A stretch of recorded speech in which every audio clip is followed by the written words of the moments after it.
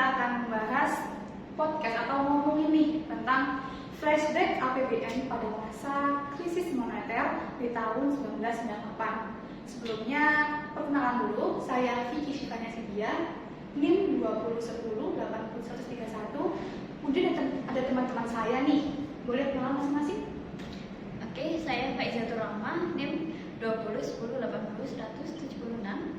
Dan saya Octaviana Devi Saputri dengan NIM 211080185. Oke, kita mulai dari mana ini, Kak? Nah, mari ayo kita masuk langsung dulu ke krisis moneter. Ya. Jadi sebelumnya tuh Indonesia kan kena pada tahun 1998 kan kena tuh yang namanya krisis yang namanya atau biasa dipanggil Krismon 98. Nah, kalau boleh tahu tuh apa sih atau kenapa sih penyebabnya tuh kenapa Indonesia kena tuh? Oh, untuk sebab yang terjadi tahun 98 ya, Kak? Itu banyak banget sih. Salah satunya tuh karena pemerintah itu kan banyak hutang di luar negeri. Jadi negara itu ngandelin cuma dari investasi asing, dan sedangkan pas tahun 98 itu ekonomi tuh lagi goyah-goyahnya. Jadinya susah banget negara Indonesia mau bayar utang ke luar negeri gitu kan. Gitu ya. Jadi nah, karena susah bayar utang tapi kan Bank Indonesia ada banyak ya? Iya. Betul, di Indonesia emang banyak bank sih waktu itu. Cuman banyak bank yang nggak terurus gitu. Nggak terurus jadinya mereka berantakan dan nggak bisa bayar utang gitu. Jadi karena efek Krismon tadi, bangunnya juga berantakan ya? Iya, betul. Berarti berantakannya tuh juga menyebabkan rupiah tuh anjlok banget sampai yang 17.000 itu.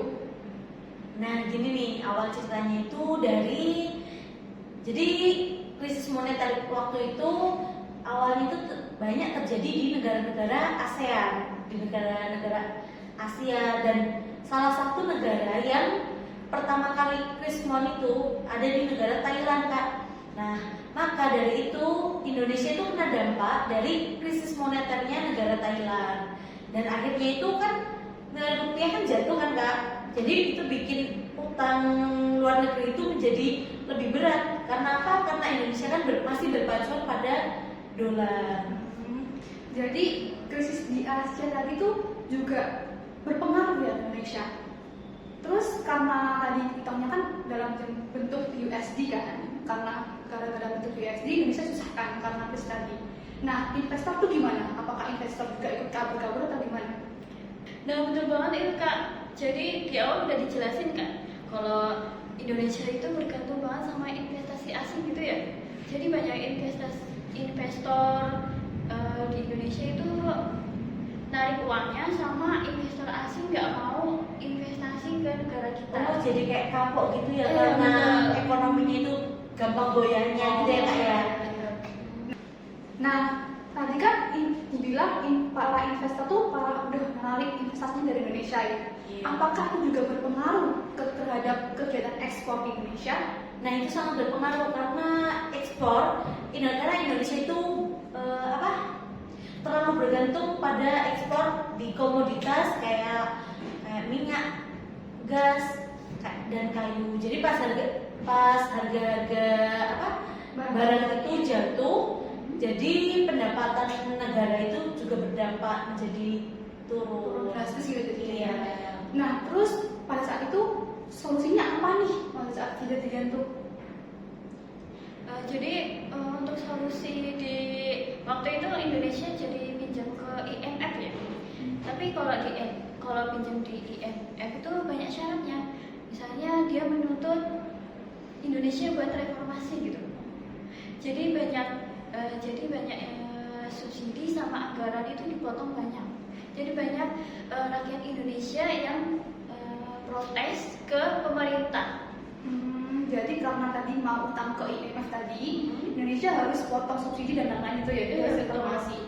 Oh, jadi karena itu tadi berarti gara-gara tadi itu tadi banyak kerusuhan ya, maksudnya yang terjadi di masyarakat. Betul sekali. Nah, kita flashback nih karena kerusuhan ya. Kayak pas tahun 98 itu kayak terjadi kericuhan kan di gedung DPR. Nah, itu jadi karena krisis moneter yang melonjak dan juga rakyat yang miskin tambah miskin, yang kaya jadi miskin.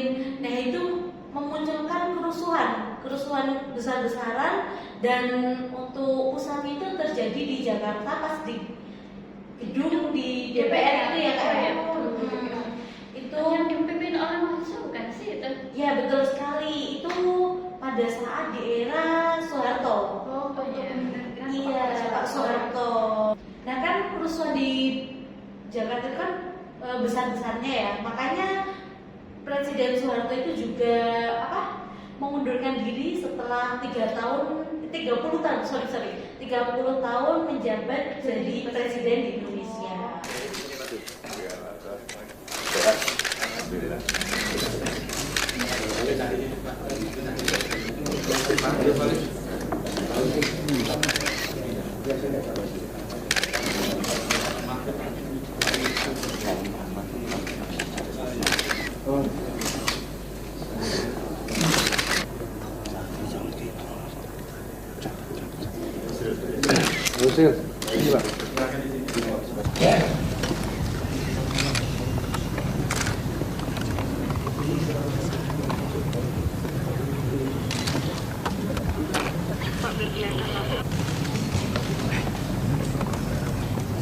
Saya dengan ini menyatakan bahwa saya tidak akan bersedia lagi untuk dicalonkan sebagai presiden. Untuk melaksanakan tugas-tugas yang sangat berat karena berbagai krisis di bidang ekonomi, politik, dan hukum, maka saya segera akan mengadakan reshuffle kabinet sehingga kabinet pembangunan 7 berubah menjadi kabinet baru yang dinamakan kabinet reformasi. Kesempatan ini saya gunakan untuk menyampaikan duka cita yang sedalam-dalamnya kepada korban-korban peristiwa dan korban-korban kerusuhan yang terjadi. Semoga arwah para korban diterima oleh Tuhan Yang Maha Esa dengan sebaik-baiknya. Kepada anak, sanak keluarga dan korban daripada para korban, kiranya diberikan kekuatan iman dan ketabahan oleh Tuhan Yang Maha Esa. Sekali lagi, terima kasih atas perhatian daripada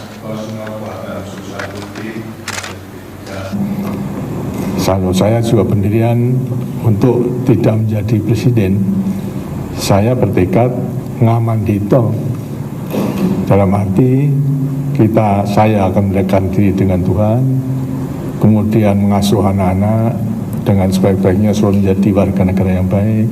Kepada masyarakat saya akan memberikan nasihat, kepada negara dengan sendirinya tuturi handayani, menggunakan segala apa yang kita miliki untuk membantu dan negara tersebut. Wassalamualaikum warahmatullahi wabarakatuh.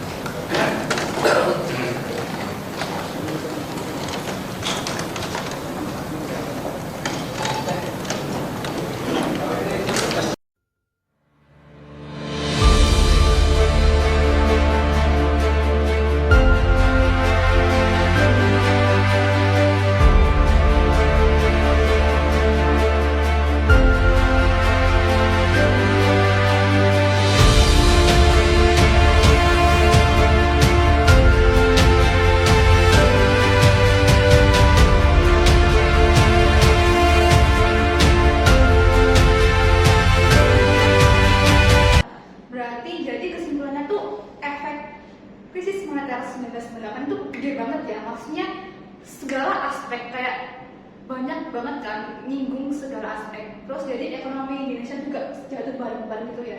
Iya betul banget. Jadi krisis itu kayak saling berhubungan gitu. Jadinya kita juga untuk mikirin solusi itu gimana gitu. Iya, jadinya terjebak di jadi dalam kayak- krisis moneter itu di Indonesia. Oke, jadi terus berarti itu kesimpulannya ya. Ya. Terus tentang krisis moneter.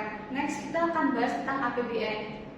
Nah, tadi kan kita udah bahas krisis moneter nih. Sekarang kita akan bahas tentang apa sih hubungannya APBN sama krisis moneter. Nah, iya nih.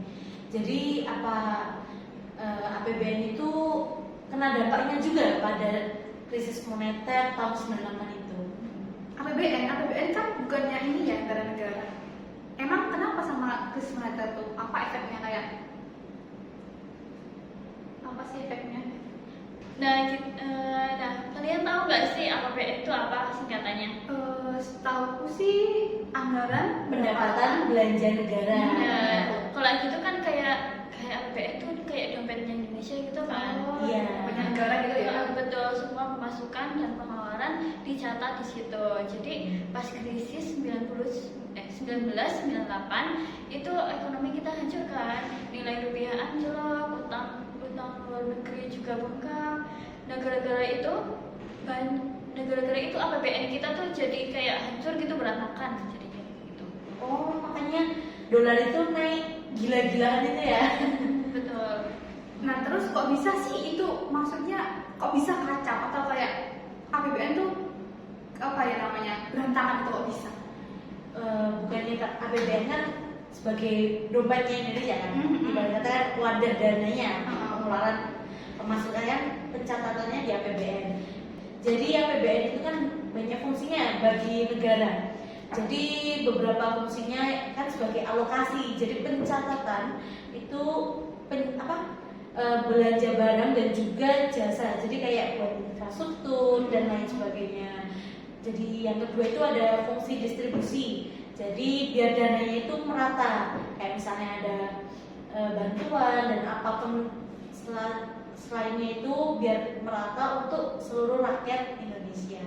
Yang ketiga itu ada fungsi stabilisasi. Jadi untuk menjaga kestabilan ekonomi yang ada di negara Indonesia. Nah, pada krisis ini fungsi stabilisasi itu nggak jalan karena kan inflasi naik parah tuh.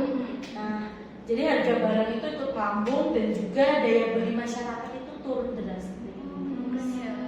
Jadi banyak masyarakat yang nggak mau beli gitu ya? Iya, karena inflasi naik lagi.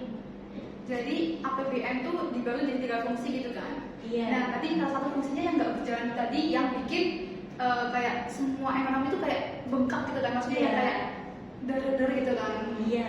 Nah terus karena tadi kan yang fungsi dari APBN yang di dalam negeri, nah terus untuk utang di luar negeri itu gimana? Jadi kayak utang luar negeri kan beban kita ya. Jadi karena utang itu banyakkan dalam dolar, nah rupiah kita anjlok, terus dolar juga naik kan. Ya. Jadinya kita harus lunasinya juga harus makin mahal kan kayaknya. Nah terus akibatnya anggaran buat program lain kayak pendidikan, kesehatan itu jadi terpangkas gitu. Oh gitu. Jadi memangkas dari anggaran anggaran yang lain itu ya. Berarti kacau balau itu ya waktu tahun 1998 itu. Jadi apa sih dampak ke rakyat itu kayak gimana? Mungkin ada yang wah berarti kacau banget ya Mbak di tahun 98 itu. Kalau misalnya dampaknya buat rakyat Indonesia itu gimana pada krisis 98 itu? Bener tuh kan karena tadi yang pemangkasan tadi biaya kan, APBN yang dipangkas untuk rakyat kan banyak dipangkas tuh. Iya. Gara-gara tadi tuh banyak PHK massal dan terus karena PHK massal tadi banyak perusahaan yang bangkrut. Terus juga angka kemiskinannya naik dari tajam banget karena tadi mungkin karena pemotongan di subsidi tadi ya. Iya. Terus pemerintah juga terpaksa potong subsidi di beberapa sektor tadi. Itu yang bikin maksudnya banyak rakyat yang susah, tambah susah gitu. Terus jadi APBN waktu itu nggak bisa maksimal buat melindungi rakyat gitu. Berarti APBN itu juga kena imbasnya langsung dari terjadinya krisis moneter itu. Jadi gimana sih langkah yang diambil pemerintah setelah terjadinya krisis moneter itu yang juga berdampak pada APBN? Nah iya banget tuh. Jadi kayak krisis itu bikin pemerintah itu sadar gitu kalau pengelolaan APBN itu harus dikelola secara matang-matang gitu, harus dibenerin, harus dikoreksi lagi gimana biar jadi kita tuh nggak terlalu bergantung sama utang luar negeri dan kita bisa lebih mandiri lagi gitu. Pantesan tuh banyak perubahan yang dilakukan revolusi dari pemerintah tuh setelah krisis. Jadi APBN itu memang memang benar-benar berpengaruh ya pada kestabilan negara Indonesia ini. Benar tuh. Jadi kayak APBN itu ibaratnya adalah tulang punggung ekonomi gitu ya di Indonesia itu sendiri. Kalau nggak dikelola baik, efeknya pasti kan kayak berkesinambungan atau berkepanjangan gitu kan ke berbagai sektor. Iya, berdampak di banyak Iya, sektor. semua aspek dari semua aspek. Oke, selesai. Jadi kesimpulannya berarti kan APBN sama krisis moneter jadi saling Kesinambungan, betul sekali. Sudah. Terima kasih. Sekian dari kami. Wassalamualaikum warahmatullahi wabarakatuh.